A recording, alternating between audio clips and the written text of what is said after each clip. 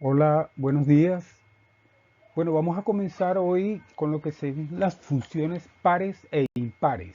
Haremos teoría y ejercicios. Funciones pares e impares. Una función y igual a f de x es par si f de menos x es igual a f de x. Es decir, si cambiamos el signo de la variable, ¿verdad? Y en vez de poner f de x ponemos f de menos x y cuando la resolvemos pues resulta igual a f de x. Eso es por definición. Una función es impar si cuando cambiamos la variable x por menos x y hacemos f de menos x, el resultado es menos f de x. Y esto lo vamos a ver, ¿verdad? Con unos ejercicios inmediatamente. Pero antes una nota. Con la excepción de la función constante f de x igual a 0, que no es más que el eje de las x en la escala cartesiana, la gráfica de una función de x no puede ser simétrica con respecto al eje x, puesto que entonces violaría el criterio de la recta vertical para la gráfica de una función. Aquí en esta gráfica podemos ver con ayuda del puntero, ¿verdad? Donde tenemos esta gráfica, ¿ok? Una gráfica, una curva que es simétrica con respecto al eje X y una recta vertical. El criterio de la recta vertical dice que no, una función, ¿verdad? No debe ser tocada sino al máximo una sola vez por una recta vertical. En este caso, la recta vertical la toca dos veces, la intersecta dos veces, en este punto y en este punto. ¿Okay? Y eso nos dice que esta gráfica simétrica, esta curva simétrica, pues no es una función. Pero además de eso, hay otro elemento a considerar, ¿verdad? Una gráfica con simetría con respecto al eje de X implicaría que dentro de ese intervalo, todo elemento del dominio, todo elemento del dominio, todos los elementos del dominio, estos que están aquí, tendrían al menos dos imágenes dentro del conjunto de llegada, es decir, dentro del rango. Es decir, si tomamos un punto del eje del dominio, por ejemplo este, miramos que aquí tendría una imagen y acá en la parte inferior del eje de las X tendría una segunda imagen y eso contradice ya el concepto de función que hemos visto anteriormente, que dice que en el eje, que en el conjunto de partida todos los elementos deben tener una imagen y solo una. No pueden haber elementos con dos imágenes porque ya entonces deja de ser función. Se trata de una simple relación, que es el caso. Entonces, para evitar esto, las curvas que se diseñan de la siguiente manera. Solamente se diseñan sobre la parte superior del eje de las X, donde la curva es positiva, para que solamente tengan una imagen en el eje de las Y, es decir, a cada elemento del dominio le corresponde uno y solo un elemento del rango y la imagen es como esta. Y también se cumple el criterio de la línea recta, porque si trazamos una línea recta por aquí, por cualquier punto, pues tocaría a la curva, la tocaría en un solo lugar, la interceptaría una sola vez.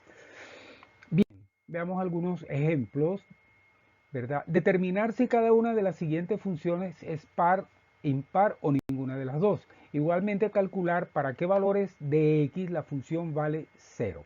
Tenemos la función f de x es igual a x3 menos x, una función polinómica cúbica. Solución.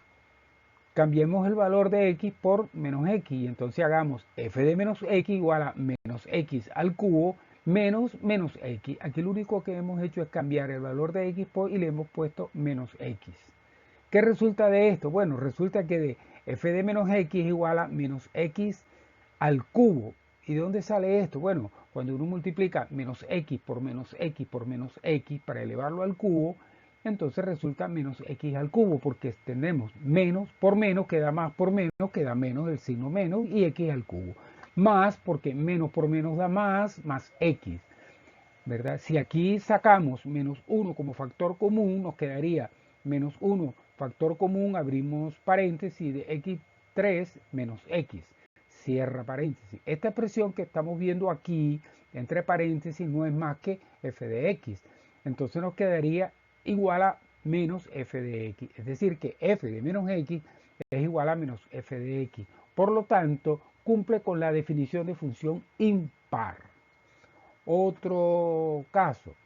Ahora vamos a ver para qué valores de x la función f de x igual a 0. Se calculan de la siguiente manera. Repito, para qué valores de x la función f de x es igual a 0. Esto se calcula de la siguiente manera. Hacemos, ¿verdad? Tenemos la función f de x igual a x3 menos x, la igualamos a 0 y despejamos. F de x igual a x3 menos x, sacamos factor de común x y nos queda x factor de común de x cuadrado menos x.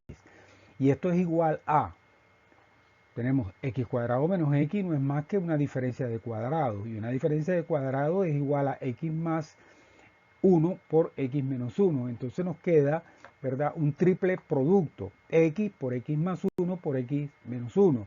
Esta expresión es igual a 0. Ahora, para que esta expresión sea igual a 0, ¿verdad?, es importante que o el primer factor o el segundo o el tercero sean iguales. Con que uno sea igual a 0, ya la expresión en su totalidad es igual a 0. Supónganse que x es igual a 0. Bueno, o supónganse que x más 1 igual a 0, o supónganse que x menos 1 igual a 0. En cada uno de los casos resulta que si x más 1 es igual a 0, resulta que x igual a menos 1, despejando. Y en el tercer caso, si x menos 1 es igual a 0, entonces tenemos que x es igual a 1. Y aquí resultan los tres, ¿verdad?, puntos del eje cartesiano donde la expresión, la gráfica, vale 0. En el punto x0, y0, 0, 0. En el punto menos 1, 0, que es este que está aquí, y en el punto 1, 0, que es este que está acá. En estos tres puntos, como vemos, ¿verdad?, la gráfica corta el eje de las x y por lo tanto f de x vale 0. Seguimos. Bien, aquí tenemos 16 ejercicios para que cada uno de ustedes lo resuelva. Aquí, ¿qué es lo que pedimos? Simplemente determinar en cada función si es par o impar o ninguna de las dos. Esto simplemente para ir adiestrándonos. Si seguimos el procedimiento, obtendremos una respuesta. Si seguimos el procedimiento que les he enseñado y además de eso respetando pues las normas de procedimiento de sintaxis matemática. Bien, esto continúa. Por ahora culminamos este video.